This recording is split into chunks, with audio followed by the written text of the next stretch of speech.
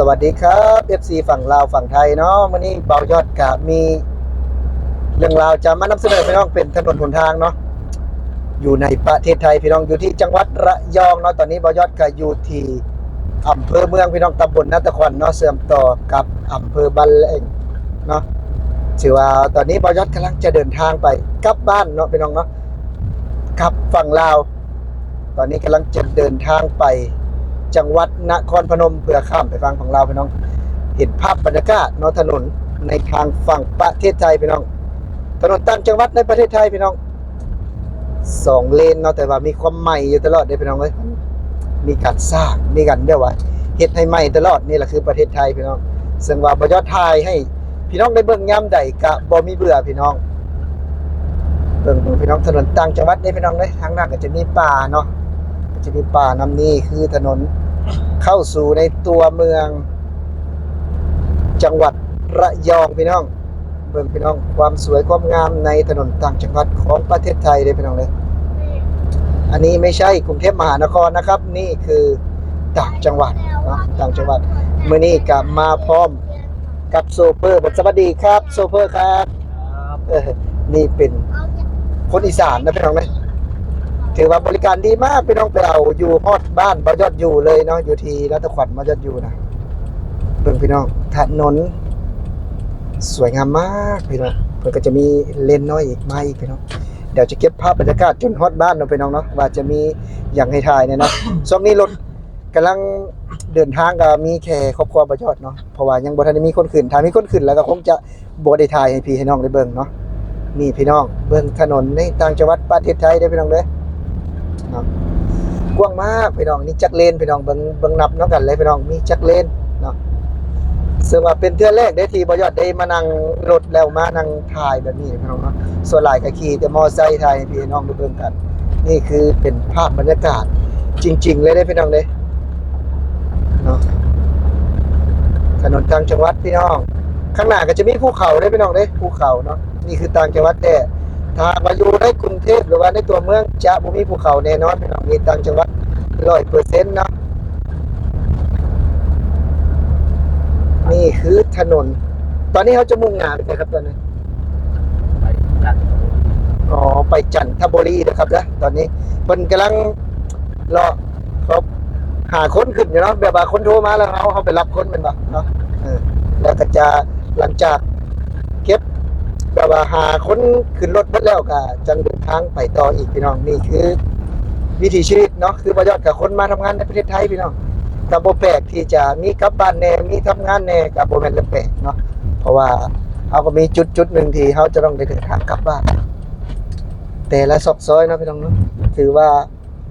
จะเป็นถนนลาดยางทั้งเบิดเลยพี่น้องก็จะมีคอนกรีตแน่ลาดยางแน่เนาะเพราะว่าจะเป็นซอยในหมู่บ้านหรือว่าเส้นหลักเนาะในตัวอำเภอก็แล้วแต่เนาะถือว่าจะเป็นถนนแบบนี้เบิดได้พี่น้องเด้นี่พี่น้องสุดยอดว่าประเทศไทยพี่น้องได้เห็นเนาะบ่ยอดมาอยู่ในประเทศไทยนี่ก็เกือบ10 ปีแล้วพี่น้องแต่บ่ได้มีโอกาสแบบนี้เนาะเพราะบังเอิญมื้อนี้ได้โซเฟอร์เพิ่นใจดีเนาะก็เลยแบบว่าได้ถ่ายภาพบรรยากาศในจังหวัดระยองนี่แหละพี่น้องแถวๆไอ้ซ่านเมืองเพิ่นเนาะนี่คือถนนเชื่อมต่อหมู่บ้านเพิ่นแหละพี่น้องงามคักบ่เนาะบ่ยอดอยากเอาไปแปะอยู่หน้าบ้านบ่ยอดเด้แบบนี้เนาะส่วนหลายไม่ได้ขี้ฝุ่นดินแดงถ้าอยากเห็นแบบนี้ก็ต้องเข้าในอำเภอแล้วครับบ้านบ่ยอดนะแต่นี่บ่แม่นครับประเทศไทยเห็นได้ทุกจุดเลยเนาะนี่ครับก็จะมีป่ามีดงเด้ครับนี่ทั้งจังหวัดของแท้เลยเห็นบ่พี่น้องเห็นบ่นี่ล่ะประเทศไทยเดินทางพี่น้องมีการพบแล้วก็จากคือเพิ่นว่าแหละเนาะเพราะว่าเขาจะทำงานอยู่หม่องใดก็แล้วแต่เนาะว่าจะเป็นคนไทยไปทำงานอยู่เกาหลีญี่ปุ่นเนาะก็มีเดินทางกลับเนาะบ่ยอดก็คือกันก็มีเดินทางกลับก็มีช่วงเวลามาคือกันเนาะก็อาจจะกลับบ่ดนเนาะเพราะว่าคิดฮอดประเทศไทยพี่น้องหาเงินในประเทศไทยเนาะแล้วก็ความสวยงามของประเทศไทยสิ่งหนึ่งคือเป็นซิกเนเจอร์ของประเทศไทยเลยพี่น้องนั่นก็คือเรื่องราวของถนนพี่น้องถ่ายย้ำใดกะบ่มีเบื่ออีหลีพี่น้องนี่เป็นถนน2 เลนได้พี่น้องเด้ถนนอยู่ในหมู่บ้านพี่น้องอยู่ในหมู่บ้านเนาะ สุดยอดเลยพี่น้องสุดยอดเลยนี่คือประเทศไทยเด้อพี่น้องบ่ได้ตัดต่อเลยพี่น้องถ่ายเฟี้ยวๆเลยเรียวๆเลยเนาะบ่ยอดก็จะเอาลงให้พี่ให้น้องได้รับชมกันว่าเป็นจังได๋ถนนต่างจังหวัดในประเทศไทยเนาะหลายคนก็เคยเบิ่งแต่ถนนอยู่ในเมืองนี่คือถนนในประเทศไทยพี่น้องแต่บ่ยอดก็บ่ฮู้ดอกว่าจุดใดเป็นจุดใดเด้พี่น้องเด้บ่ยอดบ่เคยมาเนาะแต่ว่าจะบรรยายในมุมมองของบ่ยอดนี่แหละคือทุกคนได้เบิ่งคลิปของบ่ยอดทุกๆคลิปเนาะครับแบบว่าเป็นคนบ้านๆแล้วก็ถ่ายแบบว่าสิ่งที่เฮาเห็นเนาะนำเสนอในสิ่งที่เฮาได้เจอในประเทศไทยนะพี่น้องจะเป็นความตื่นเต้นว่าซั่นซะเนาะถือว่ามื้อนี้ก็สิขอบคุณทั้งโชเฟอร์ที่เก่าแหละพี่น้องแบบว่านิสัยดีมากเนาะจะแบบว่าเพิ่นให้มานั่งหน้าเนาะปกติก็จะมีแบบว่ามีคนจองไว้อยู่แล้วหรือว่าอาจจะเป็นมันไปนั่งหน้านี่ปกติคือจะ โซเฟอร์ อ๋อมีโชเฟอร์อีกคนหนึงเนาะแต่ว่าตอนนี้ยังบ่ทันได้ถึงยามเพิ่นเนาะยังบ่ทันถึงวันอยู่ว่าซั่นซะถือว่าบ่าวยอดก็จะเก็บภาพบรรยากาศเนาะให้พี่ให้น้องได้เบิ่งกันตามระยะไปเนาะซึ่งว่าเทื่อแรกแล้วก็บ่าวยอดดีใจนะที่ได้โอกาสได้มานั่งถ่ายแบบนี้ให้พี่ให้น้องได้เบิ่งกันเนาะเป็นอีกภาพบรรยากาศหนึงที่หาเบิ่งได้ยากเนาะเพราะว่าช่องบ่ส่วนหลายก็มีแต่แบบว่าจมเนาะหรือว่าเว้าเรื่องกระแสเป็นอย่างต่างๆเนาะแต่ว่ามื้อนี้ได้เก็บภาพบรรยากาศถนนหนทางในประเทศไทยพี่น้องซึ่งปกติบ่ยอดส่วนหลายก็จะรีแอคชั่นเนาะแต่ว่ามื้อนี้ถ่ายเป็นๆเลยพี่น้องนี่คือถนนในประเทศไทยเนาะพี่น้องสุดยอดบ่พี่น้องนี่แหละพี่น้องอยู่ในป่านี่พี่น้องนี่อันนี้เนี่ยพี่น้องเห็นบ่นี่บ่แม่นตึกสูงนะพี่น้องในป่านี่น่ะนี่เนาะก็จะเป็นมีหมู่บ้านคนนํเนาะนี่เป็นซอยหมู่บ้านนี่แหละพี่น้องเนาะนี่ล่ะพี่น้องถนนประเทศไทยซึ่งบ่ยอดก็ได้เห็นช่องหลายๆช่องเนาะที่เพิ่นนำเสนอในถนนโดยเฉพาะช่องเบาโบเนาะที่เป็นทางไอ้ชายของเฮาที่แบบว่าเฮาก็ได้ติดตามเพิ่นเนาะเดี๋ยวไว้นี่ก็อาจจะได้นัดเจอกับเบาโบเนาะเดี๋ยวบ่ยอดจะ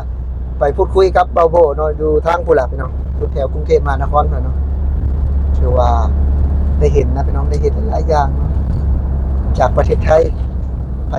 ว่าถนนประเทศไทยยังมีถนนดินแดงบ่มีเลยเด้อเนาะอยากถ่ายให้พ่อให้แม่บ่ยอดได้เบิ่งนะพี่น้องนี่นะเห็นเนาะ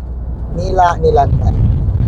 คือเพิ่นว่าบ่แม่นเรื่องแปลกเด้อพี่น้องเด้อถนนหมู่บ้านก็ลาดยางเบิดนะนี่นะ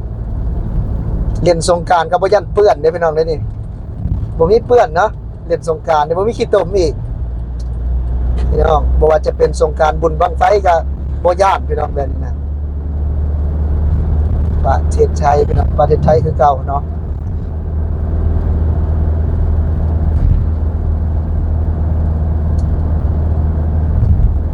การเดินทางพี่น้องการเดินทางครั้งหนึ่งในชีวิตที่ได้มีโอกาสมานั่งถ่ายมานั่งเล่าให้พี่น้องได้ฟังแบบนี้หาเรื่องยากเด้อเฉพาะช่องบ่ยอดนะช่องอื่นเพิ่นก็ไปตลอดเฉพาะช่องบ่ยอดนะถือว่าหาเบิ่งได้ยากครับแบบนี้นะเดี๋ยวคลิปนี้เนาะบ่ยอดจะจบคลิปประมาณนี้เนาะเดี๋ยวฮอดจุดใดหรือว่าจุดใดที่แบบว่ามันน่าสนใจเดี๋ยวบ่ยอดจะถ่ายเบิ่งเนาะจุดนี้ก็งามเลยพี่น้องเด้อ เข้าในเมืองแล้ว อ๋อนี่ก็จะเริ่มถึงในเมืองแล้วพี่น้อง ชานเมือง อ๋อชานเมืองแล้วเดี๋ยวคลิปนี้พี่น้องเป็นอุโมงค์สวยงามมากเลยพี่น้องเดี๋ยวเนาะช็อตนี้บ่จะตัดขึ้นให้ไล่แล้วก็ให้พี่น้องเบิ่งนี่พี่น้องมีป่าแบบว่าแบบคือในทีวีเลยพี่น้องนี่เนี่ยนะเบิ่งความงามพี่น้องสุดยอดเนาะนี่แหละเป็นอีกหนึ่งเรื่องเล่าที่อยากนำเสนอเนาะนี่นะพี่น้องต้นอย่างคนห้องต้นอย่างนี้ ต้น ต้นติดกกติดเป็ดบ้านบ่ยอดแม่นบ่ เบิ่งต้น มีต้นสำชาพร้อมถ้าผู้ใดฮู้แท้จริงก็คอมเมนต์มาเบิ่งเลยนะครับเด้อต้นอย่างนี้โอ้งามดีพี่น้องเดี๋ยวคลิปนี้จบประมาณนี้เนาะพี่น้องเนาะเดี๋ยววิดต้นนี้บ่ยอดจะจบคลิปเดี๋ยวคลิปหน้าบ่ยอดจะนำเสนอ